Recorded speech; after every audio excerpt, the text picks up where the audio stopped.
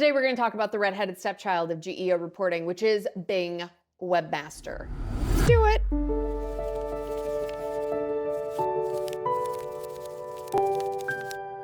Behold, staunch-looking Microsoft documentation. But I do think that it's the best place to start because it gives a good lay of the land in terms of what we're trying to do here. So Bing Webmaster Tools allows you to do multiple things. One, there is just search performance, which is right here if you want to look at that. But today we're all going to talk about AI performance because that's the work that I do, GEO.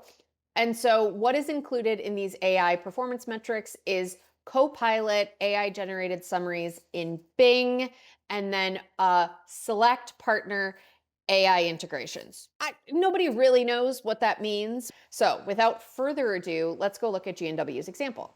So as you can see, we have 634 citations. I'm in the 30-day time frame right now. And on average per day, we get about 5 pages cited. Now you might be like, well, that's kind of pathetic. And with all due respect, fuck off. Because GNW is a very small organization. We don't even have a dedicated marketing team. So like, cut me some slack, judgy. So when we look at this, you have grounding queries. I'm actually on pages right now, but let me go back to grounding queries. And you can see that in a 30-day time frame, we are on average getting like 3 grounding queries for preference center stuff a day. Now, here's the thing that I want to show you because I think a lot of people assume that GEO, the results you have to wait for just like SEO you classically did, but that really is not true. And I am a good example of this. Let me explain to you what I got going on. So because I do GEO work, I wanted to like drink my own champagne, eat my own dog food. And so I published a series of GEO articles. And the way that I chose what I wanted to talk about was I wanted to do baseline fan out query stuff. So I wanted to show the LLMs that like, I'm talking about this shit, basically. And so I wanted to create very basic pieces of content, what generative engine optimization actually is and why the term matters, and then why GEO has to start with the buyer, and then what we actually know about LLM citation. And then I did the piece that a lot of people just jump to, which is how to choose the right GEO agency in 2026. But I wanted to create some baseline for the LLMs to actually trust me before I did that.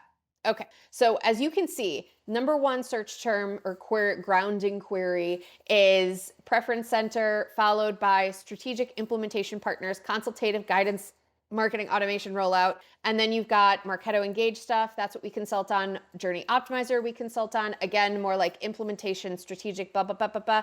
But right down here, you have generative engine optimization, discipline or buzzword. And they're on this page. And so if you go to this, you can see that we got 20 citations on the 21st. This blog was published on the 19th. Okay, so on the 20th, we got 8. On the 21st, 20. So you can see it's getting indexed and then it falls to 5 and then eventually 6. But that's how quickly you can get citations onto these pages, which is absolutely bananas. Again, the difference between this getting placed in GEO or LLM optimization versus SEO, it can happen really, really fast. But I really want to be transparent here because if you look at what has gotten citations, you've gotten generative engine, the one that I talked about, what it actually is, that's gotten 39 citations. And if you look through the rest of the stuff here, the next one that you're going to get is right here, what we actually know about LLM citations. So that one got 6 citations, which is not junk.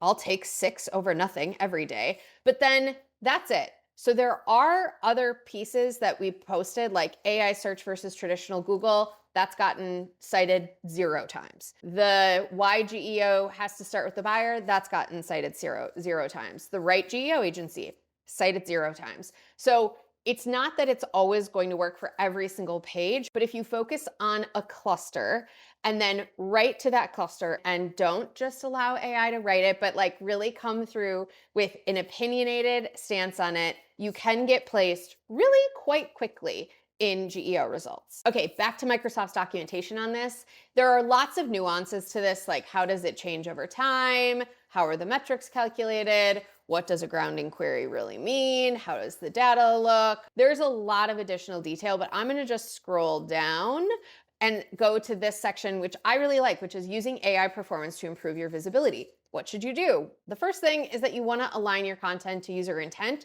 So this is a tool that helps you understand user intent that's currently coming to the site and actually strengthen the depth and expertise that you're adding to either those pages individually or with new blogs that, again, continue to fan out in terms of the queries and questions that users might be asking. You can improve clarity and structure. So this is what I plan to do for the blogs that are not currently placing, and support my claims with evidence. So more examples from the work that we're doing day to day with clients, and then keep content fresh and accurate. The other reason that I like Bing's Webmaster is it will also tell you where things are broken on your site. And I think one of the most clear ways. There are tons of tools that do this, and Bing's Webmaster is a really clear, concise list of things that you need to improve on your website. So I love this tool. I think, again, it's the redheaded stepchild of GEO monitoring tools. I highly recommend you go get it. It's totally free. Just sync it up to your Google Search Console and you're done in seconds. It's easy. Go check it out. Have fun. Bye.